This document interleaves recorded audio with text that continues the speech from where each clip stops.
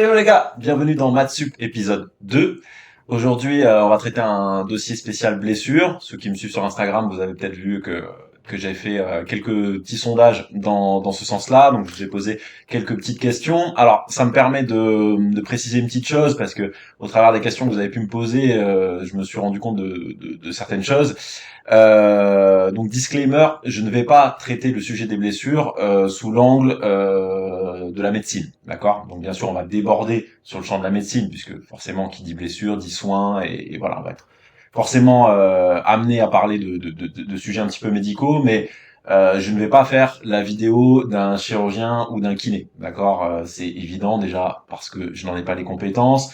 Parce qu'il y a pléthore de vidéos sur le sujet sur Internet, des kinés, des chirurgiens qui détaillent des euh, des blessures diverses et variées, et voilà le fonctionnement de l'anatomie et comment comment traiter ces blessures là, ça n'est pas ma compétence. Et puis en plus de ça, je trouve pas ça particulièrement intéressant. Je pense que ce qui est intéressant dans le dans ce que je peux amener moi et ce sur quoi on peut réfléchir ensemble par rapport aux blessures du JJB, c'est bien sûr le point de vue du pratiquant. Voilà comment nous on le ressent, comment on peut de notre point de vue gérer le problème de la blessure en JJB.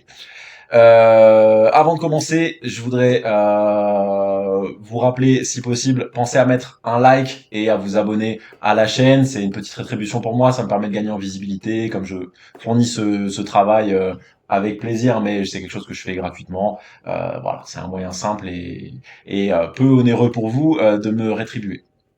Donc, au sommaire excusez-moi, hein, j'ai mes notes à côté, donc je vais être amené à faire des petits allers-retours ici à droite à gauche parce que j'ai essayé de sourcer au maximum le sujet pour vous amener des infos un petit peu précises. Je suis allé gratter un petit peu, vous allez le voir, du côté des études médicales, des statistiques, des choses comme ça pour vous amener voilà des éléments un petit peu concrets sur ce sujet-là.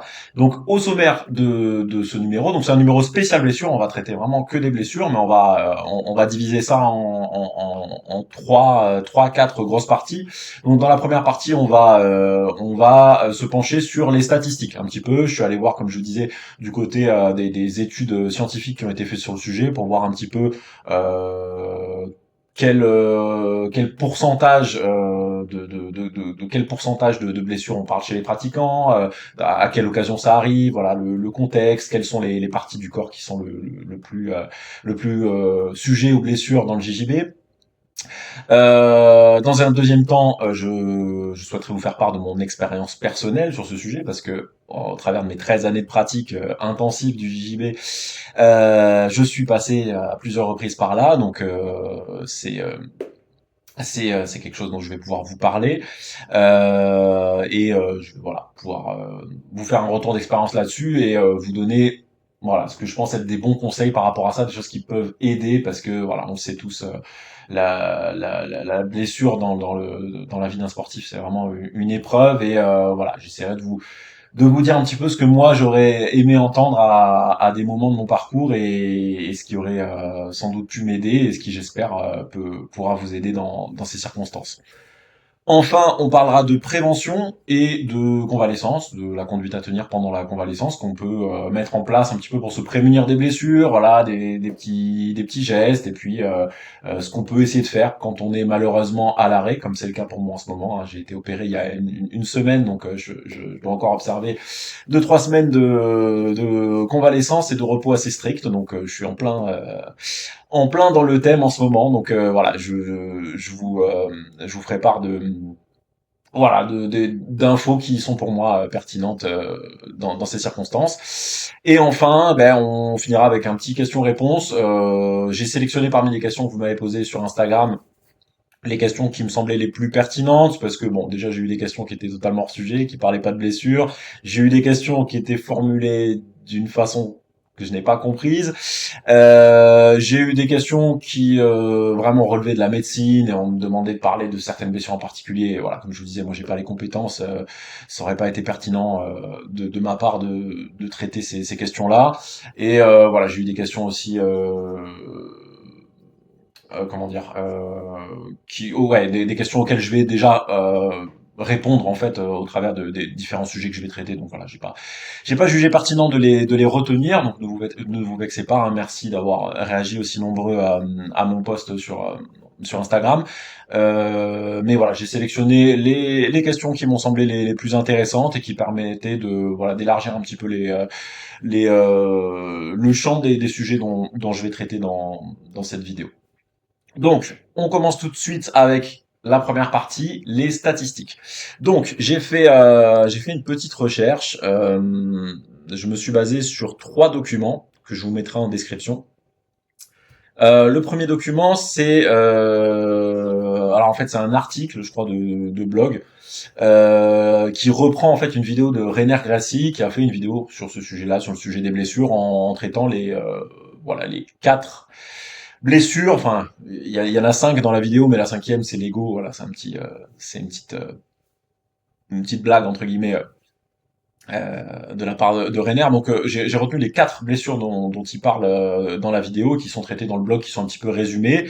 Et donc je vais vous les énumérer et je vais voilà, vous ajouter des petites infos personnelles que moi j'ai pu glaner au travers de mes années d'expérience à ce sujet pour complémenter un petit peu ces infos-là. Donc, la première blessure que Rainer évoque dans sa vidéo, c'est le bas du dos. Bas du dos, alors selon lui, c'est souvent occasionné par des pressions qu'on peut subir, notamment quand on est en garde, en dessous, quand on est en garde fermée, voilà, la pression de la part de l'adversaire, les différentes torsions qu'on peut avoir à faire dans le combat, donc plutôt quand on est en dessous, généralement, quand on cherche à défendre, à défendre le 100 kilos, à recomposer la garde. Et moi, j'ajouterais une situation que j'ai souvent ressentie, c'est, vous savez, quand on est au-dessus en position de passeur et que on est debout et qu'on a l'adversaire qui tire vraiment fort sur le col, voilà, qui nous force à rester plié en deux. Comme ça, moi, c'est des situations dans lesquelles j'ai pu ressentir des tensions dans le bas du dos. Donc, je pense que c'est des situations qui sont un petit peu à risque par rapport à ces blessures-là. Moi, j'ai pas énormément grand-chose à dire sur les blessures du bas du dos. Dieu merci, j'y ai pas été trop exposé jusqu'à présent. Donc voilà, j'aurais pas grand-chose à en dire de plus, mais sachez que selon Rainer, c'est une des blessures qui sont les plus fréquentes en JJB. Deuxième blessure, et celle-là je la connais bien, c'est les blessures à la nuque. D'accord? Donc les blessures à la nuque, selon lui, et je suis d'accord avec lui, une des causes principales des blessures à la nuque, c'est le stack. D'accord? Donc le stack, pour ceux qui ne le sauraient pas, c'est cette position en fait où vous êtes en garde et l'adversaire vous saisit les jambes et vous met la pression, vous écrase en fait, vous force à vous plier en deux en position de garde inversée avec les jambes qui vous arrivent au-dessus de la tête. Et là, on est souvent amené en fait à encaisser une grosse pression au niveau des cervicales et évidemment, hein, c'est des positions qui sont vraiment très mauvaises pour la nuque. Hein. Moi, j'en ai souvent fait les frais. Je pense que c'est encore plus vrai quand on est souple. Moi, je suis assez souple et j'avais tendance à mes débuts en ceinture blanche-bleue à vraiment abuser de ma souplesse. Et c'est pas une bonne chose, d'accord? Même si vous êtes souple, je vous invite, et c'est une adaptation que moi j'ai eu à faire au fil des années, à refuser systématiquement le stack, d'accord? Ça peut être tentant quand on est souple, parce qu'on n'est pas forcément inconfortable dans ces positions-là, mais sachez que voilà, c'est souvent mauvais pour les cervicales, et voilà, c'est mieux au maximum d'anticiper les réactions de l'adversaire et d'éviter au maximum de vous faire stacker.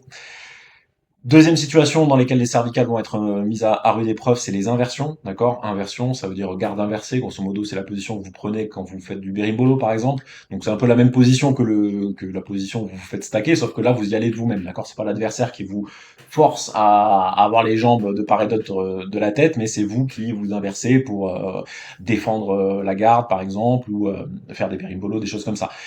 Donc ça, en fait, en soi, et j'y reviendrai, l'inversion n'est pas forcément quelque chose qui est mauvais pour le corps, mais c'est mauvais quand c'est mal exécuté. D'accord? Donc je développerai juste après. Mais voilà, c'est une des situations dans lesquelles vous êtes susceptible de vous faire mal à la nuque. Enfin, et ça on y reviendra aussi, les phases de lutte, parce qu'on est souvent amené à se cogner la tête, d'accord, quand on shoot pour le single leg, des choses comme ça, dès qu'on on reçoit des chocs à la tête dans les chutes aussi, voilà, les cervicales peuvent être tassées suite au choc, et donc c'est forcément des phases dans lesquelles on va risquer de se blesser au cervical. Donc, voilà, pour revenir sur le sujet des inversions, ça c'est un sujet sur lequel j'ai pas mal réfléchi. Moi, c'est un jeu que j'utilise beaucoup depuis le début. Comme je vous dis, c'est un jeu qu'on aime utiliser souvent quand on est souple. Alors, les inversions ne sont pas mauvaises en soi. D'accord, c'est des choses que vous allez peut-être entendre parfois. Elles le sont quand elles sont mal exécutées. Il y a Mikey Muzumeshi, qui est un spécialiste de ce jeu-là, hein, pour ceux qui connaîtraient pas, qui a une garde très souple, voilà, qui a un jeu berimbolo, etc. Qui, dans un de ses développés techniques, je me rappelle qu'il fait part de ça. En fait, lui, il a développé une attitude où en fait, il hausse les épaules, en fait, il contracte les trapèzes et il protège sa nuque dans toutes les inversions, de façon à toujours avoir la pression qui va s'exercer sur les omoplates, sur le haut du dos, au moment où il va faire ses inversions, de manière à protéger au maximum sa nuque. Et c'est vrai que quand on fait ça, moi, j'ai eu des problèmes de nuque par le passé. Voilà, je vous en parlerai après. J'ai eu voilà, des problèmes qui auraient pu être assez graves au niveau de la nuque. Et depuis quelques années, je n'ai plus de problème à ce niveau-là parce que j'ai pris l'habitude, voilà, de vraiment travailler sur le plat du dos, sur le haut du dos quand je fais mes inversions. Et je me sens vraiment safe au niveau de la nuque à ce niveau-là. Il y a aussi Lachlan Giles, qui est un compétiteur australien très connu pour ses performances à la DCC notamment, qui est aussi physiothérapeute, qui est un kiné, hein, comme on dit en français, que j'avais entendu parler de ce sujet-là et qui a le même, voilà, la même analyse. Hein. Il n'y a pas de problème en soi avec les inversions. Il faut le tout étant de correctement les exécuter. Euh, Petite anecdote à ce sujet, il y a John Thomas, youtubeur JJB bien connu, qui était venu à la MK Team donner un cours particulier à des amis à moi. Et j'avais eu l'occasion de discuter avec lui. Et il avait eu cette phrase que j'avais trouvée très intéressante. Il parlait du crab ride en l'occurrence. Donc le crab ride, hein, c'est aussi une position où, mal exécutée, on peut être amené à se faire mal à la nuque. Et il disait, le crab ride en lui-même n'est pas mauvais pour la santé, ne présente pas de risque de blessure. En revanche, le processus qui permet d'acquérir les compétences du crab ride prédispose aux blessures. Donc c'est bien, comment dire, le laps de temps dans lequel on va apprendre la technique et apprendre à la faire correctement, que on va pas encore avoir tous les schémas moteurs, toutes les formes de corps, si vous préférez, qui vont être là pour nous préserver des blessures. Donc c'est dans ces moments-là, c'est quand on maîtrise pas encore une technique qu'on est le plus sujet à la blessure. Une fois qu'on la maîtrise et qu'on la fait correctement, si on parle du crab ride, des inversions, des choses comme ça, il y a quasiment plus de risques. Il faut savoir que John Thomas, c'est quelqu'un, et je l'ai appris à cette occasion-là, c'est un gars, hein, pour ceux qui ne le sauraient pas, qui était très très performant dans les ceintures de couleur. Hein. C'est un gars qui est plusieurs fois champion du monde dans les ceintures de couleur. Moi, c'est un mec que je suivais un petit peu à l'époque, avant qu'il soit connu sur YouTube, et c'était un très bon compétiteur en ceinture de couleur. Et puis, peu après être passé ceinture noire, il a totalement disparu des radars, en tout cas des radars de la compétition. Et je m'étais un peu demandé pourquoi, et en fait, j'ai appris lors de ma discussion avec lui qu'en fait il a eu des problèmes de dos chroniques et que c'est un gars maintenant qui est condamné à faire des exercices de kiné en permanence pour voilà, essayer de soulager au mieux ses douleurs, et c'est la raison pour laquelle il a arrêté la compétition. Donc j'en ai fini, je pense, avec le sujet des blessures à la nuque. On va attaquer un sujet, alors là, pour le coup, vraiment majeur quand on parle de genoux en JJB, c'est les genoux. Les genoux, pareil, je vous en parlerai. Moi, j'en ai fait les frais. Je pense que la partie du corps à laquelle je me suis le plus blessé au long de ma carrière. Donc les genoux, selon Renner toujours, on se les blesse principalement au travers des leg locks. Donc je pense que par leg locks, il faut surtout entendre clé de talon, hein. Mais bon, ce serait aussi valable pour les clés de genoux, bien que je pense qu'elles soient moins dangereuses par rapport au mécanisme qui est en jeu. On y reviendra. Lors de renversement, c'est vrai que peut-être en cherchant à résister un peu trop fort à un renversement, on peut être amené à prendre des positions au niveau des genoux qui sont un petit peu à risque. Moi, personnellement, dans ma pratique, je le ressens pas trop, mais je vous rapporte l'analyse de Reiner. Et bien sûr, les phases de lutte. Voilà, les phases de lutte, il faut savoir que vraiment, c'est sans doute un des compartiments de jeu qui est le plus dangereux par rapport aux blessures. Donc moi, je l'ai appris via une vidéo de Clément Marcoux, vous savez, ce youtubeur qui analyse les combats de MMA, qui est aussi préparateur physique, qui, euh, qui entraîne entre autres Abdouragimov. Et voilà, le mec, il est vraiment calé sur ces sujets-là. Et donc lui, il parlait du MMA, mais si c'est vrai pour le MMA, c'est vrai a fortiori pour nous, le JJB, si je grossis un peu le trait, en fait, on est un petit peu une sorte de MMA sans les frappes. Tout ce que font les combattants de MMA, on le fait, à l'exception des frappes. Donc si c'est vrai en MMA où il y a en plus des frappes, c'est d'autant plus vrai pour nous. Les phases dans lesquelles on se blesse le plus en MMA, c'est les phases de lutte. D'accord. Donc c'est vraiment pour les articulations ce qu'il y a de plus dangereux, d'accord, et notamment les genoux. Donc par rapport à ça, si je devais donner un petit conseil de prévention, pareil, on y reviendra dans la troisième partie, c'est vraiment d'essayer de sélectionner, c'est vrai pour tout, mais c'est particulièrement vrai en lutte, des partenaires de votre poids. D'accord. Essayez au maximum de tourner avec des partenaires qui font le même poids que vous en lutte. J'ai vu en vidéo, en vrai, des blessures vraiment terribles sur des gars qui shootaient, voilà, sur des mecs qui faisaient 30 kilos de plus qu'eux. Et là, c'est vraiment du suicide, les gars. Donc,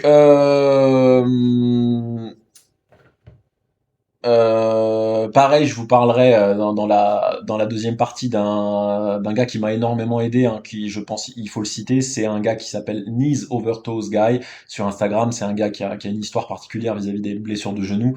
Je vous en dirai plus également. Et c'est un gars qui a développé tout un programme en fait pour se renforcer les genoux au maximum. Moi, c'est un gars qui m'a sauvé. Et j'ai pas peur de le dire. Donc je vous donnerai quelques infos à ce sujet-là. Si vous êtes sujet à des blessures au genou, ça peut vraiment vous être d'une grande utilité, je pense. Enfin, la dernière blessure dont fait mention Reiner dans sa vidéo, c'est les blessures aux épaules.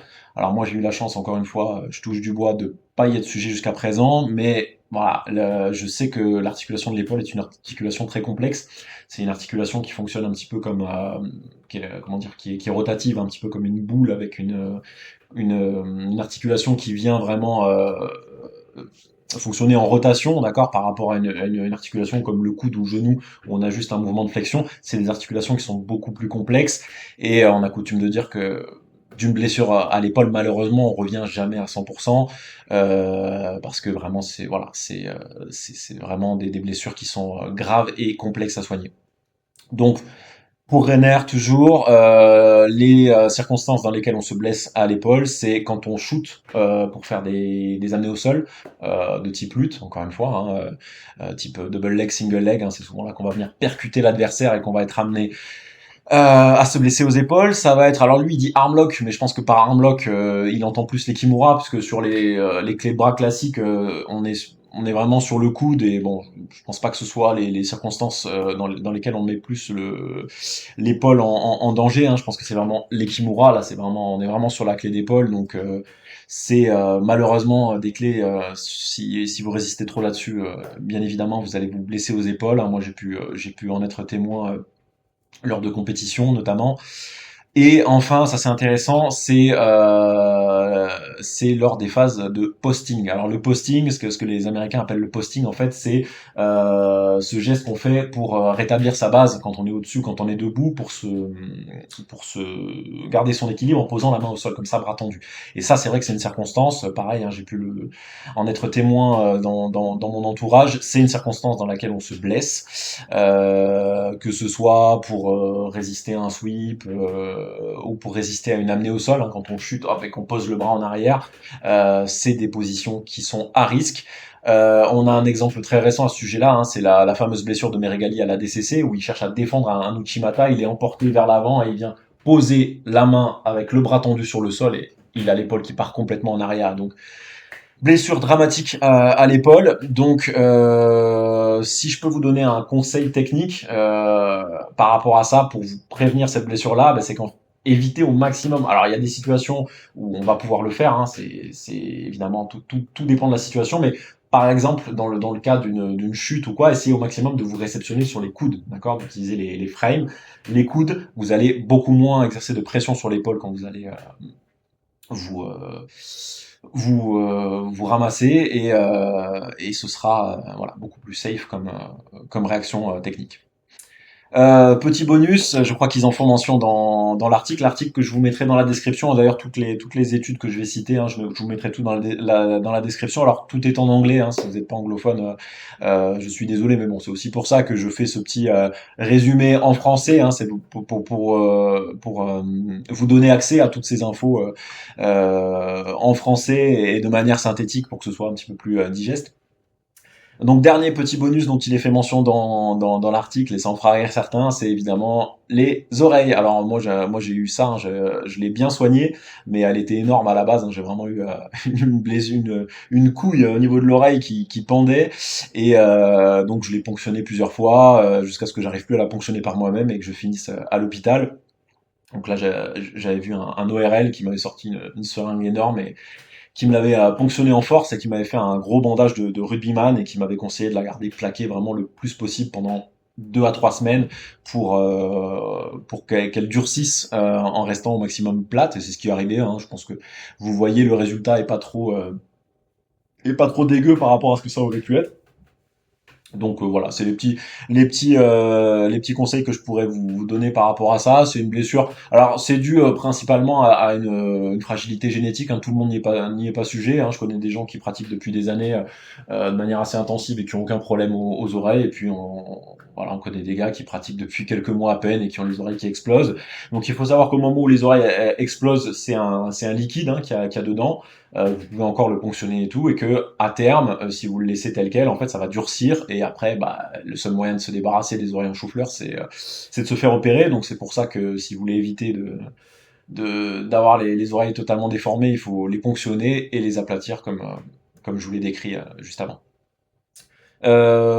Donc ça, a priori, hein, comme je vous dis, c'est dû à une faiblesse génétique et à différentes frictions que vous pouvez, auxquelles vous pouvez être exposé, notamment quand vous avez un jeu en pression. Je pense par exemple au over-underpass, voilà, des techniques comme ça. Vous allez vraiment avoir la tête qui va frotter contre le kimono de l'adversaire et ça risque de fragiliser les oreilles. Donc je vous mets le lien de cet article-là en description et on passe donc au deuxième document que j'ai étudié. Alors là, il s'agit d'une étude un petit peu plus sérieuse, une étude qui provient de la National Library of Medicine, une étude américaine, qui a regroupé 56 participants, environ 80% d'hommes, des pratiquants réguliers, en moyenne 6 heures par semaine, des compétiteurs amateurs pour la moitié d'entre eux environ, plus des professionnels et des loisirs non compétiteurs. Donc un panel assez exhaustif, hein, on a de tout, vraiment des purs loisirs, des compétiteurs amateurs et des professionnels.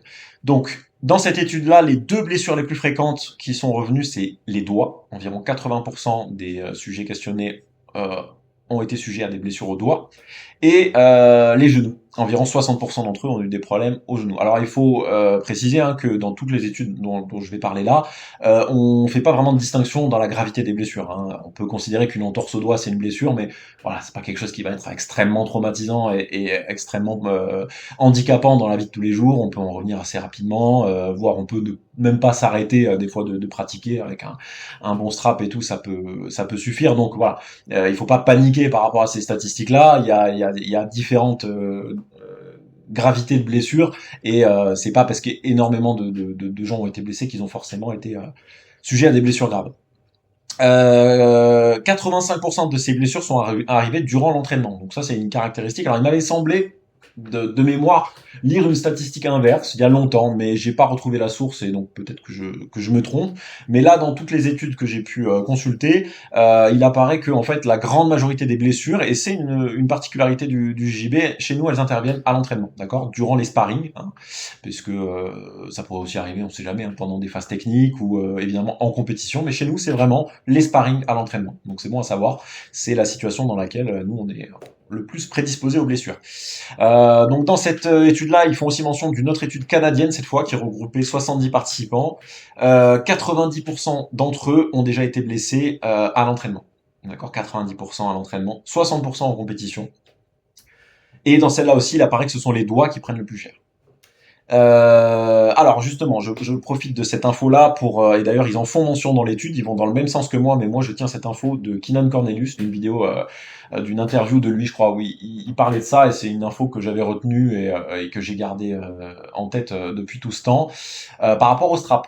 Ok, parce que il y a une mode un peu dans le JJB hein, de se s'entortiller les doigts dans du strap à qui mieux mieux, à qui mieux mieux. Je pense que voilà, des fois il y a, bon, je doute pas qu'il y en ait certains qui en aient véritablement l'usage, mais bon, je pense qu'il y en a certains qui le font un petit peu pour sans trop savoir pourquoi, parce que c'est stylé. Les gars, ne faites pas ça. Si vous n'avez pas de problème aux doigts, ne faites pas ça. C'est le retour de Kinan, c'est la conclusion de l'étude aussi. Si vous voulez, c'est un petit peu le même principe qu'une ceinture lombaire. Vous savez, quand vous avez des problèmes de dos, on vous prescrit souvent une ceinture lombaire quand vous avez à faire des efforts, mais il faut surtout pas la mettre toute la journée parce que ça va démuscler votre dos. Ok, ça va déshabituer votre corps à supporter les contraintes. Et ça va être la même chose pour les doigts. Si vous prenez l'habitude de strapper vos doigts en permanence, vous allez les démuscler, vous allez affaiblir les structures naturelles de vos doigts et vous allez être plus sujet aux blessures.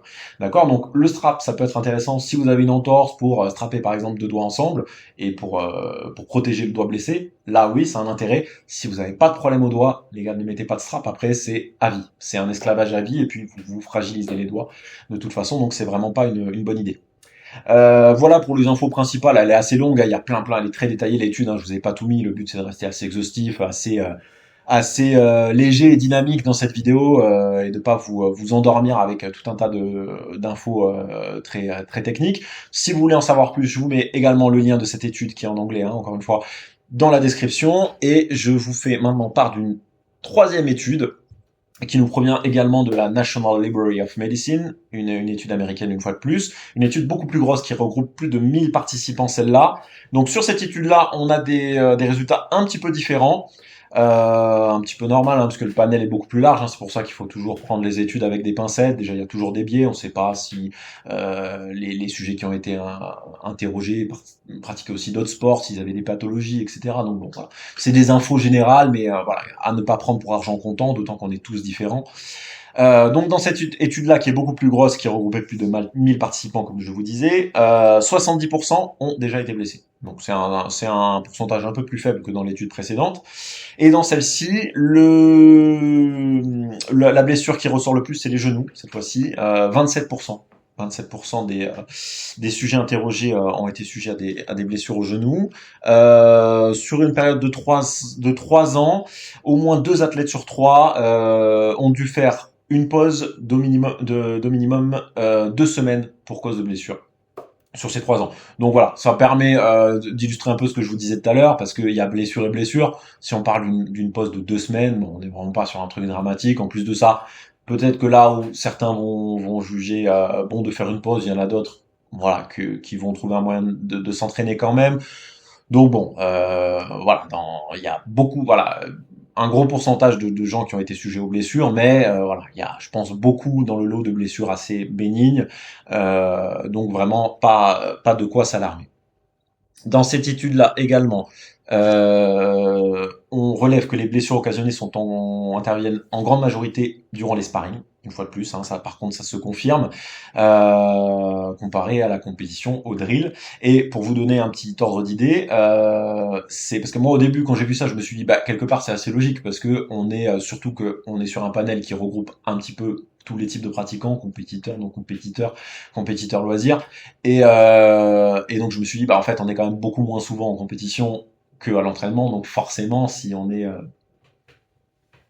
en compétition, peut-être une demi-heure par mois pour les compétiteurs réguliers et plusieurs heures par semaine en moyenne, forcément, statistiquement, il y a beaucoup moins de chances qu'on se blesse en compétition. Mais ben, il semblerait que ce soit pas aussi simple que ça, puisque ils prennent l'exemple de d'autres arts martiaux dans cette étude-là. Et en lutte, par exemple, il y a 90% des blessures qui apparaissent en compète. Alors je trouve ça très surprenant. Alors bon, on l'a vu hein, déjà auparavant que la lutte c'est un sport vraiment où on se blesse beaucoup visiblement. C'est un sport très dur, très rugueux. C'est aussi pour ça que les lutteurs généralement ont une très grosse condition physique pour se prémunir hein, des blessures. Ça on y reviendra. Mais bon, c'est vrai que ça reste un chiffre quand même assez impressionnant. 90% de blessures qui ont lieu lors des compètes pour la lutte, 70% pour le karaté. Alors le karaté, il précise pas lequel, mais parce que bon, il y a le karaté Kyokushinkai qui est une forme de karaté qui est quand même assez violente, mais les karatés plus traditionnels comme le Shotokan, le Wado-ryu, pour ceux qui connaissent, c'est des karatés qui sont à la touche, donc c'est assez étonnant. Moi, je trouve que qu'on se blesse en compétition. Alors peut-être justement parce à l'entraînement, on est vraiment sur des sparring techniques et qu'on y va un peu plus fort en compétition avec l'adrénaline et que du coup on se blesse plus, peut-être. Peut-être aussi que là, pour le coup, il y aurait des questions à se poser par rapport à la préparation physique. Est-ce que c'est des arts martiaux où la préparation physique est beaucoup mis à l'honneur, etc. Donc voilà, ça c'est des infos qu'on n'a pas, hein.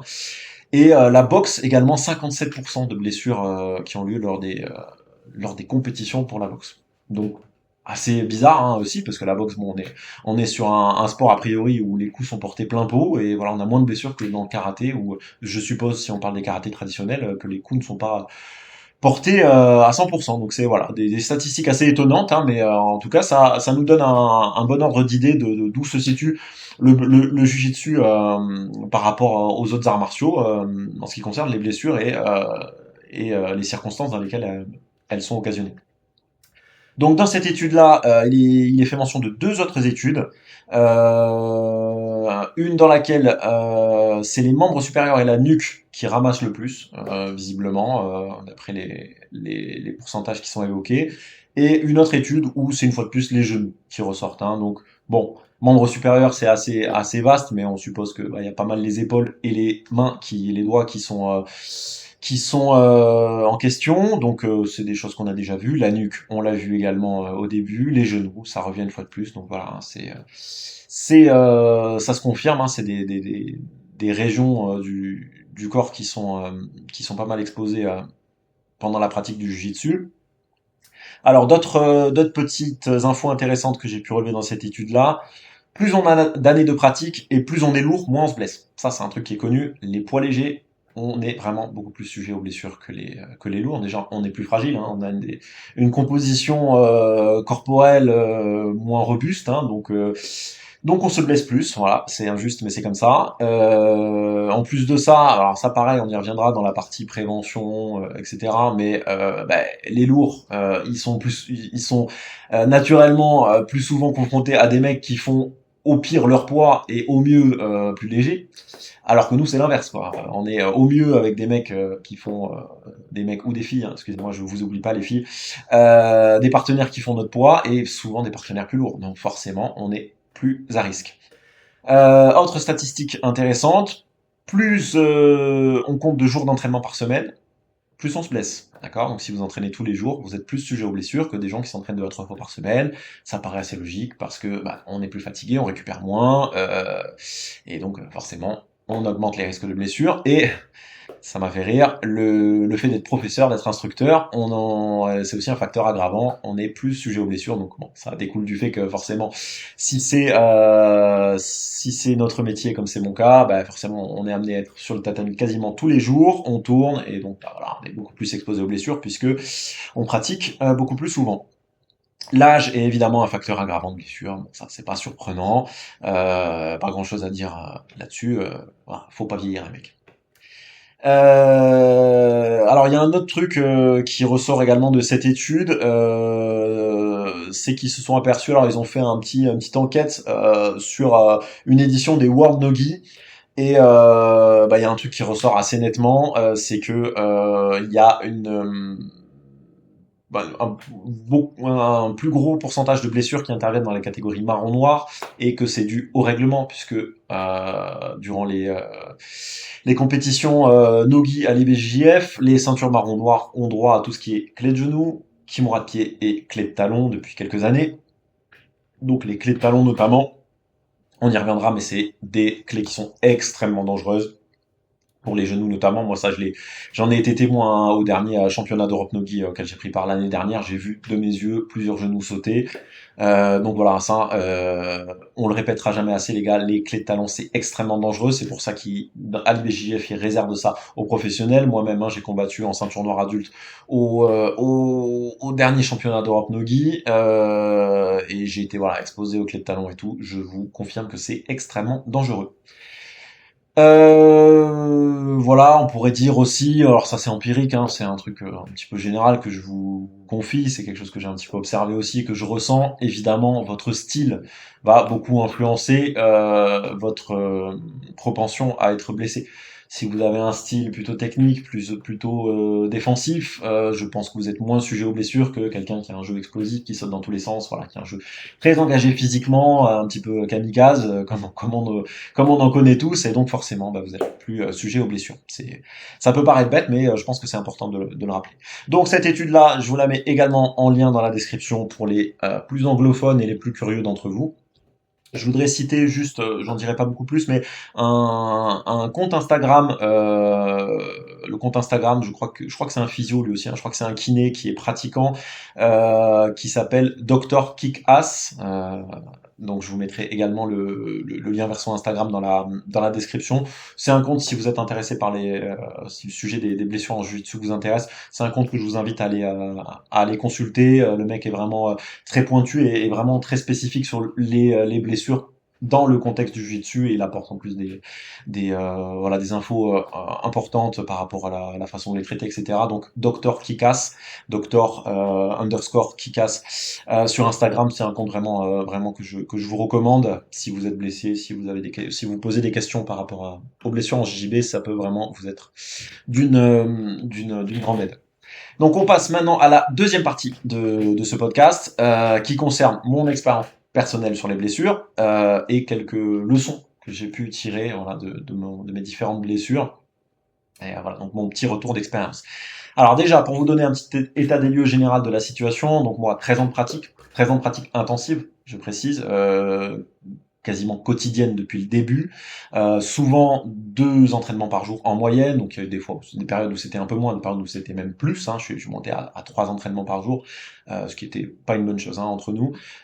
Donc voilà, je dirais que si on fait une moyenne sur les 13 ans, j'ai souvent été à 2 entraînements par jour et je me suis voilà quasiment toujours entraîné quotidiennement. Donc c'est ce qui sera valable pour moi ne sera pas forcément valable pour quelqu'un qui s'entraîne 2, 3 fois par semaine, qui je pense est moins sujet aux blessures hein, que moi, dont c'est le métier. Voilà.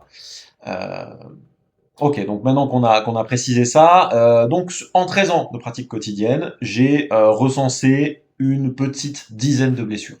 Pas toutes graves, d'accord. Dans le lot, il y en a 3, 4 qui sont assez graves. Voilà, après des petites blessures qui nous sont un petit peu, je pense, qui arrivent à beaucoup de pratiquants. Donc je vais faire part pour que vous soyez informés au cas où ça vous arrive un jour, voilà à peu près de la conduite à tenir, voilà de ce que vous pouvez vous attendre par rapport à ça.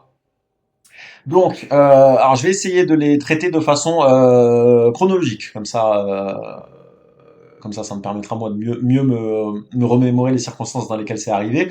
Donc la première blessure qui m'est arrivée, j'avais 26 ans, si je me souviens bien. Donc moi j'ai commencé vers 20, 21 ans le jiu-jitsu, donc c'était au bout de 5, 6 ans de pratique. Donc moi j'ai mis le temps avant de me blesser. Hein. Dans mes premières années, j'ai eu de la chance. Hein. Pendant 5, 6 ans, je me suis pas blessé. Première blessure, alors c'était une blessure un peu indéterminée, j'ai jamais su ce que c'était. C'était une douleur au niveau du genou, à la pression en fait. Ça me faisait comme une brûlure ou comme la sensation d'une aiguille qu'on me plantait dans le genou. Alors c'était très chiant parce que pendant 1 ou 2 mois en fait, dès qu'on m'appuyait sur cette zone-là du genou, bah, en fait ça faisait très mal et en fait ça m'a handicapé complètement pour tourner. Hein. J'ai dû arrêter de m'entraîner pendant 1 ou 2 mois parce que par exemple la garde fermée, rien que le fait que la face interne de mon genou soit au contact de l'adversaire, ça me faisait mal. Poser le genou au sol, ça me faisait mal, etc. Donc j'avais consulté quelques médecins à l'époque, mais j'ai jamais su précisément ce que c'était. Bon, voilà, je pense le genre de douleur qui nous arrive un petit peu à tous, qui était sans gravité, mais voilà, qui peuvent être relous et qui peuvent nous tenir éloignés des tapis pendant quelques temps. Donc ça c'est la première blessure qui m'est arrivée au bout de 5, 6 ans de pratique. Deuxième blessure, alors là on est sur une blessure assez grave qui peut même avoir des conséquences des fois dramatiques, mais qui finalement, je pense, si elle est assez bien traitée, elle est pas si terrible que ça. Alors, je pense que c'est une blessure avec laquelle il faut être très prudent, avec laquelle qui doit impliquer une grosse remise en question de notre part par rapport à notre façon de pratiquer.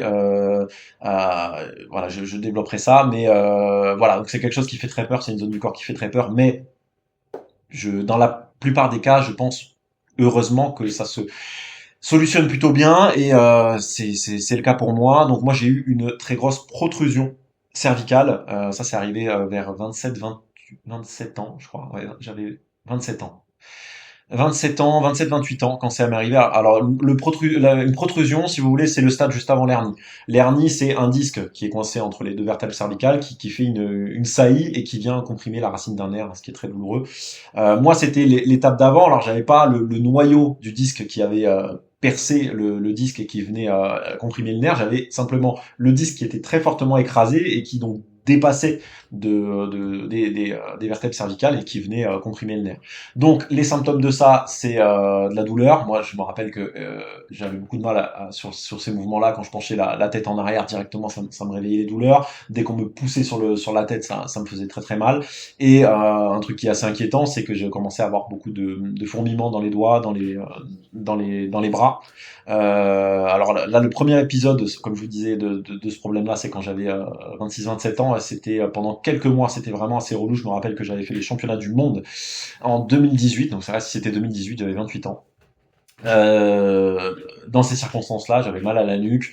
Voilà, donc ça fait vraiment flipper. J'avais adapté mon jeu, évidemment, c'est à partir de là que j'ai commencé à me poser des questions par rapport aux positions du stack, à la façon de correctement faire ses inversions et tout, etc. Donc je vous rassure, j'ai pas arrêté suite à ça de faire du berimbolo. Alors peut-être que pendant un certain temps, j'ai mis ça de côté. J'ai fait du passage de garde principalement, ça m'a permis de développer mon jeu dessus, donc c'était finalement un mal pour un bien, hein, quelque part, mais j'ai pu revenir à mon jeu d'inversion et tout. Par contre, il y a des choses que j'ai mises en place pour me prémunir des blessures à l'avenir, et c'est notamment le fait de ne plus accepter de me faire stacker. Ça, c'est un truc, j'acceptais vraiment facilement de me faire écraser en position de garde inversée, et j'ai complètement arrêté. En plus de ça, bon, pour des raisons techniques, on peut se faire prendre le dos et tout, etc. C'est pas une bonne idée de passer sa vie en garde inversée, mais en plus voilà, c'est vraiment délétère pour la nuque. Donc j'ai fait des adaptations, j'ai commencé à faire des adaptations à partir de ce moment-là. J'ai eu un autre épisode plus récent, il y a, je crois, 3-4 ans peut-être, de problèmes au cervical. Alors c'est revenu, et là cette fois-ci, ce qui était vraiment inquiétant, c'est que j'avais vraiment tous les bras qui s'endormaient complètement, même dans le métro. Je me rappelle, j'étais dans le métro debout, et j'avais vraiment voilà, les deux bras qui vraiment plein de fourmillements dans les épaules et tout, donc c'était assez flippant. Pareil, hein, c'est bon. Comme je vous dis, on est assez inquiet dans ces moments-là. Moi, j'avais consulté un kiné qui m'avait notamment fait faire la méthode Mackenzie pour ceux qui connaissent. Je sais pas si ça a été vraiment utile ou pas. J'ai essayé de le faire sérieusement. Toujours est-il qu'avec le temps, c'est passé. Et ça, c'est quelque chose qu'il faut savoir par rapport à la plupart des hernies, des problèmes d'hernie. Déjà, il faut savoir que les hernies, hein, pour la plupart d'entre nous, on en a sans le savoir. C'est un truc qu'ils ont découvert en faisant des IRM à des gens qui avaient pas de problème, et ils se sont aperçus qu'en fait il y a plein de gens au cours de leur vie qui ont des hernies sans même le savoir, et que c'est pas un problème en fait à partir du moment où il n'y a pas de symptômes, d'accord. Donc vraiment ce qui doit guider les soins dans ces circonstances là, c'est les symptômes, d'accord. Donc et fort heureusement dans la majorité des cas les hernies ça se solutionne tout seul au bout de quelques temps. Alors la kiné évidemment ça va beaucoup vous aider, renforcer la zone et tout, c'est des choses qui sont importantes à faire, mais voilà, rassurez-vous, dans la plupart des cas, en l'espace de quelques mois, voire peut-être un an, ça finit par se solutionner, même si au début ça peut vraiment faire peur et même être très très douloureux. Moi, c'était vraiment une névralgie cervico-brachiale même que j'avais à ce moment-là. Troisième blessure auquel j'ai été sujet. Alors ça là, j'ai été sujet deux fois. C'est une blessure que j'ai vu aussi pas mal autour de moi. Je connais pas mal de mecs qui ont été sujets à ça. Je pense que c'est un classique dans le JJB. C'est pas une blessure grave, c'est une blessure qui fait très mal sur le coup, qui peut être très handicapante les premiers temps, mais heureusement elle se remet assez bien. C'est la déchirure intercostale. Déchirure intercostale, c'est en gros, j'imagine, une sorte d'entorse hein, au niveau des muscles ou des tendons qu'il y a au niveau des côtes. Là, je dois parler. Franchement, je pense qu'un kiné ou ou un médecin m'insulterait là par rapport à ce que je viens de dire, mais bon, voilà, c'est du langage un peu barbare, mais bon, grosso modo, du point de vue du pratiquant, c'est quelque chose qui va faire très mal au début. Moi, je me rappelle la première fois que ça m'est arrivé, je devais me rouler sur le côté pour me lever de mon lit les premiers temps, et je pouvais vraiment faire aucune torsion de bus. C'était extrêmement douloureux. Je me rappelle, je travaillais, je portais des charges et tout à cette époque-là, et c'était vraiment très compliqué.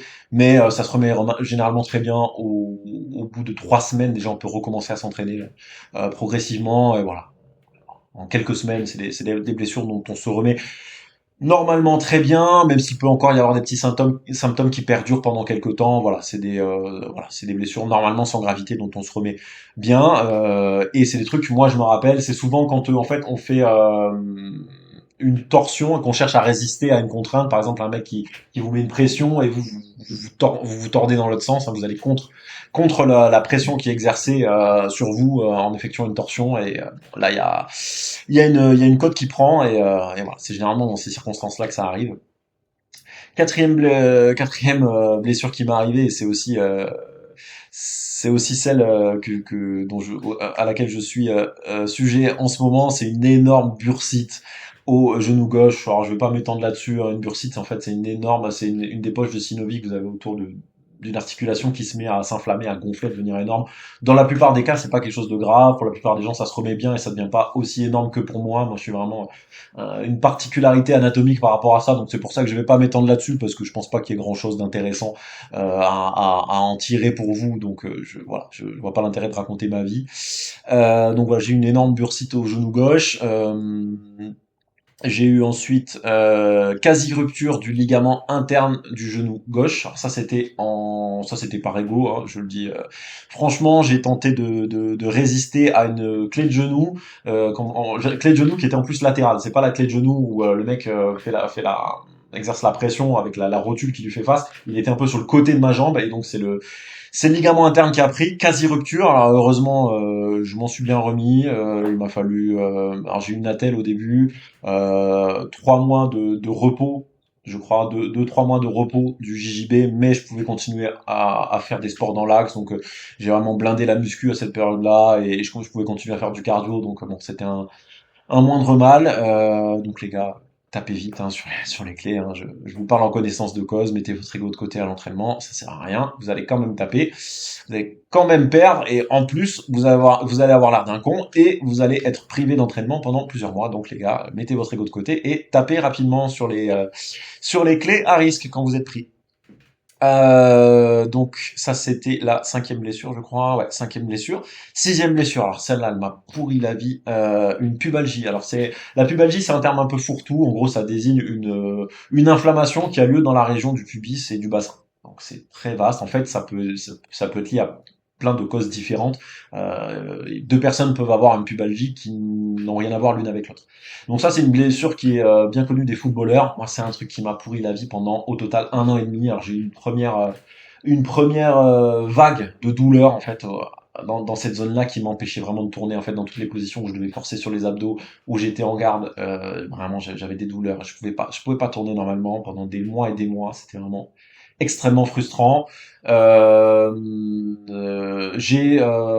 Donc j'avais consulté un orthopédiste qui m'avait prescrit des infiltrations de cortisone.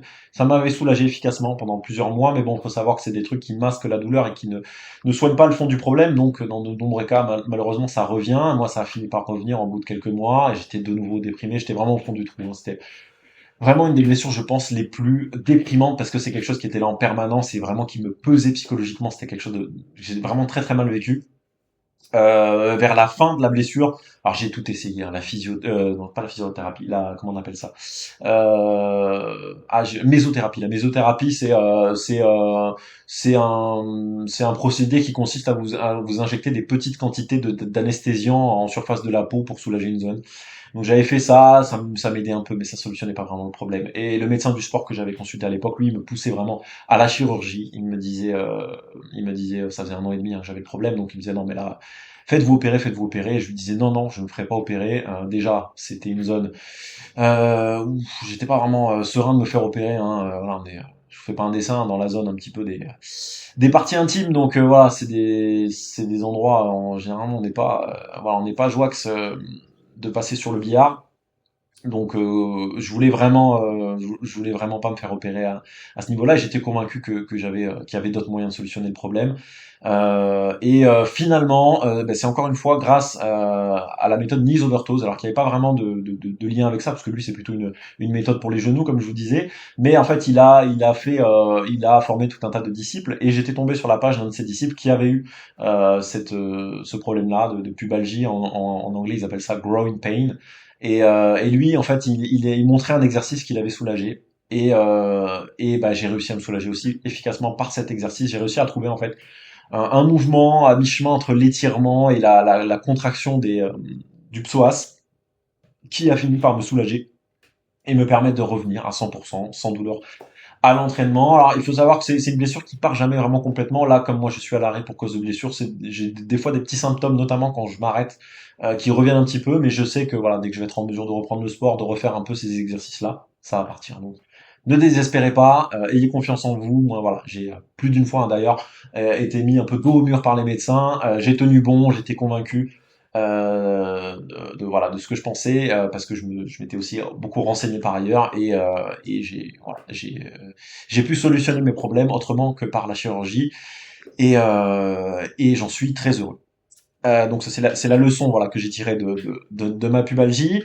Après la pubalgie, alors probablement la blessure la plus grave que j'ai eue, qui est une blessure bien connue, c'est la rupture du ligament croisé antérieur dans le genou droit.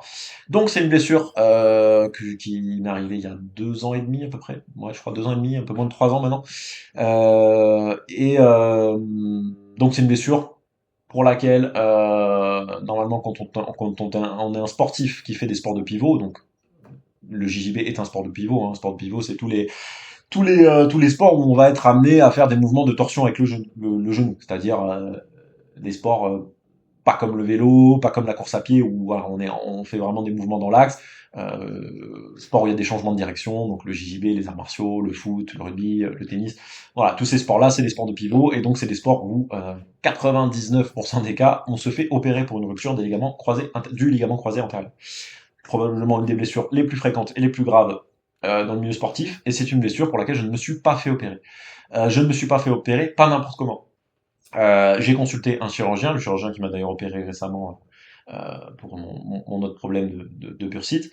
C'est le chirurgien lui-même a observé, c'est lui qui a posé le diagnostic de la rupture du croisé, et qui a observé un peu la façon dont se présentait mon genou, qui m'a expliqué que tous les genoux étaient différents, qu'on n'avait pas tous la même structure de genou. Et moi, il s'avère que j'ai conservé un genou stable malgré la rupture du croisé. Donc, il m'a dit, voilà, si votre genou est stable, on va donner une chance aux soins naturels, quoi. Et à la capacité de votre corps à s'adapter en quelque sorte. Il m'a dit par contre, ce que vous allez faire, c'est que vous allez vous construire des quadriceps de rugbyman, vous allez vous muscler la jambe à mort, et on va compenser musculairement. Donc c'est quelque chose qui est dont il est déjà fait mention dans la littérature scientifique. Moi, il faut savoir que j'ai éculé tous les documents que j'ai pu trouver sur ce sujet-là, parce que c'est une blessure qui m'a forcément beaucoup inquiété pendant des mois et des mois, parce que j'avais quand même des petits symptômes et puis beaucoup d'inquiétudes, hein, parce qu'on sait que c'est une blessure grave, on sait que c'est une blessure pour laquelle la plupart des gens se font opérer, donc c'est vraiment un choix qui fait peur de ne pas se faire opérer, on a peur des conséquences et tout, etc. Et j'en suis sorti, hein, voilà, maintenant de plus de 2 ans et demi après, j'ai pu lire beaucoup d'études sérieuses qui m'ont conforté dans mon choix, même si la chirurgie est souvent quelque chose auquel on a recours, même dans la majorité des cas par rapport à cette blessure-là. Déjà, ce qui me permettait de tenir sur la durée, il y a un truc qu'on vous dit pas au moment où vous vous blessez, c'est on dit ah bah il faut vous faire opérer. D'accord. Sauf que souvent on vous dit pas, hein, malheureusement, c'est que l'opération c'est pas miracle. Déjà, je connais beaucoup de gens qui se sont fait opérer du croisé et qui le regrettent, qui ont beaucoup plus de symptômes que moi aujourd'hui. Faut savoir qu'on met près de 4 ans à se remettre totalement, hein, d'une opération du croisé, même si on revient au sport bien avant. Voilà, il y a quand même des séquelles. Un genou opéré n'est plus jamais le même, hein, d'accord? Donc c'est pas genre de toute façon il n'y a pas de question à se poser. Voilà, je me fais opérer, mais j'ai pas le choix. Non, l'opération, ça présente aussi des risques, ça présente des effets secondaires. Voilà, il y a un certain nombre de choses à savoir. Je suis pas en train de vous donner des conseils médicaux, hein. Écoutez votre médecin. Moi, c'est ce que j'ai fait aussi, hein, même si j'ai recueilli plusieurs avis, que je me suis beaucoup renseigné par moi-même. Voilà, j'ai pas fait ça n'importe comment, et j'ai eu l'aval d'un chirurgien pour faire le choix que j'ai fait. Mais, euh, mais ben, force est de constater que j'ai été capable de me remettre, pour moi, quasi à 100%. Hein. Aujourd'hui, je me suis totalement adapté. Je pense plus à ma blessure au genou, quasiment.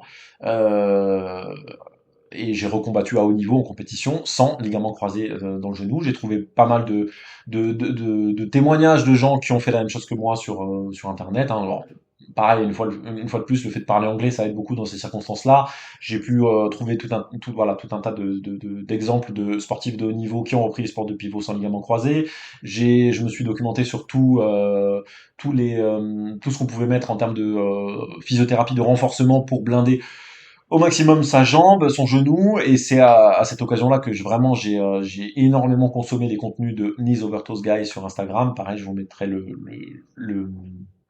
lien vers son Instagram dans la description et ça m'a sauvé la vie. J'ai vraiment renforcé très très fortement mon quadri, mes ischio-jambiers au travers d'exercices comme les Nordic curls, des exercices très très intenses. Hein. Donc, faut savoir que je me suis soigné sérieusement pendant des mois et je continue à le faire régulièrement. Hein. Je fais de la prépa physique en permanence pour renforcer mes jambes, mais aujourd'hui, voilà, j'ai vraiment plus de restrictions dans ma pratique et j'ai pu me soigner sans jamais avoir à arrêter complètement le JJB lors de ma blessure au croisé et, euh, et avec très peu de séquelles quand que je compare par rapport à des gens. Alors il y a des gens qui se remettent aussi très bien de l'opération, hein, je suis pas en train de diaboliser l'opération, mais j'ai quand même autour de moi pas mal de gens qui ont fait l'opération et qui m'ont dit ouais, voilà, je suis jamais revenu à 100%, j'ai jamais récupéré ma flexion complète. Il faut savoir que moi j'ai ma flexion complète de genou. Et donc voilà, c'est des choses qui s'étudient. Après, sait-on jamais, peut-être que j'aurai plus tard d'autres problèmes liés à ça. Il faut savoir qu'il y a des légendes urbaines hein, par rapport à ça. On dit ah mais si tu te fais pas opérer, il y a des risques d'arthrose. En fait, il faut savoir que les risques d'arthrose ils sont encore plus grands quand on fait l'opération. Voilà, donc il y a différentes statistiques médicales comme ça. Je vous invite à vous renseigner par vous-même si ça vous arrive et à bien étudier le pour et le contre. Voilà, tout ce que je dis n'engage que moi. Je suis pas en train de vous donner des conseils pour vous. Chaque blessure est différente, chaque genou est différent. N'en tirez pas des conclusions pour vous, mais voilà, j'espère que mon expérience sur ce sujet-là peut vous servir et peut vous donner confiance, espoir, si jamais vous êtes confronté à cette blessure-là. Après le croisé, donc j'ai eu